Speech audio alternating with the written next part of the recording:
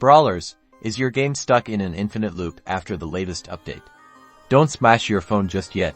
I'm here to rescue you. First, let's try the quick and easy fix. Force close the Brawl Stars app completely. Swipe it away from your recently used apps list.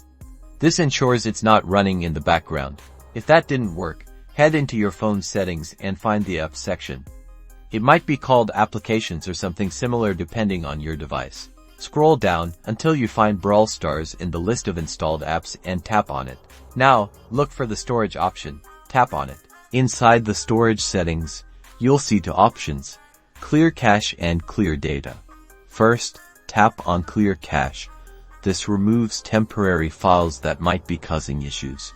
If clearing the cache doesn't do the trick, you can try Clear Data.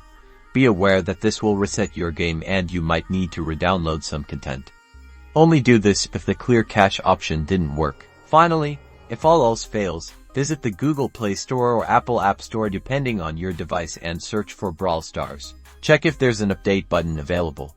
Sometimes a corrupted update can cause problems, so reinstalling the latest version is the key to fix this issue. Good luck getting back into the Brawl.